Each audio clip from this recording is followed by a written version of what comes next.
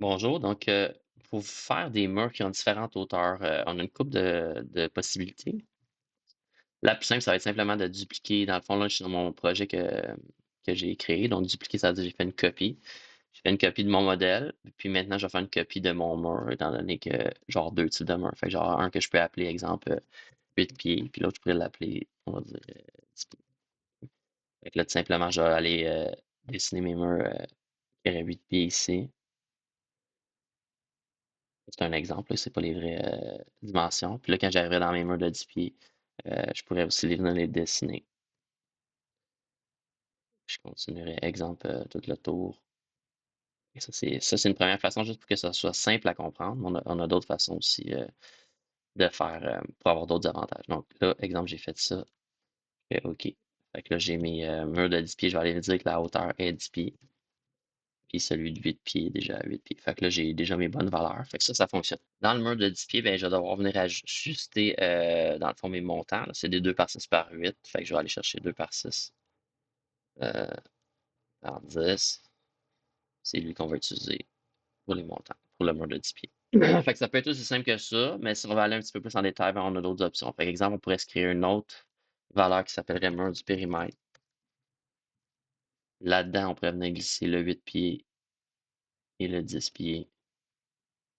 OK. On pourrait dire que ça, c'est un parent qu'on va mettre tous les dessins à l'intérieur. Donc, la façon de voir ça, c'est afficher les sous-dessins.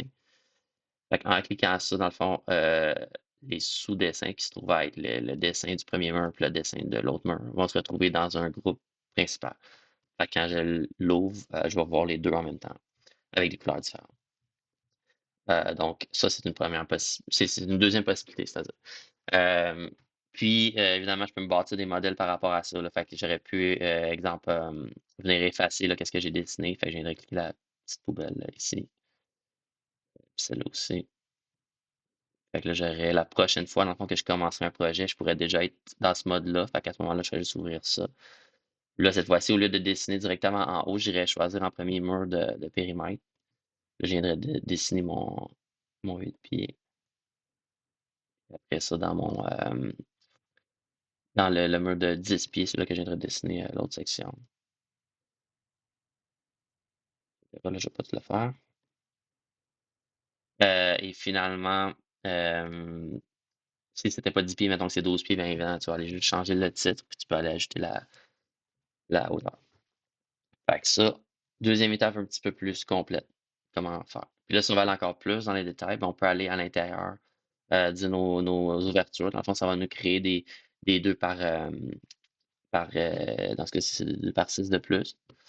Fait que là, si je suis dans mon mur bleu, par exemple, je pourrais aller dire que ça, c'est une ouverture, ça aussi, ça aussi, ça aussi, etc.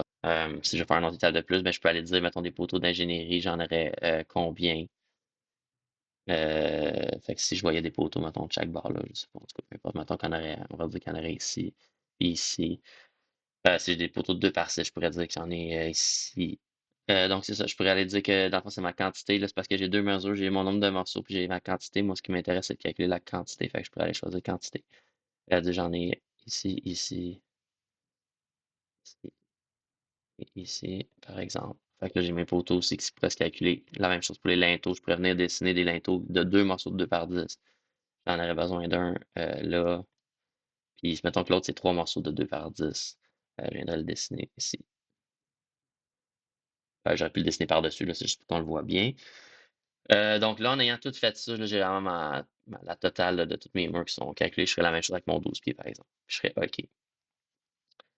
Puis là, quand je vais voir, ben, dans mon mur de 8 pieds, je vais avoir ici mes linteaux qui vont être ajoutés.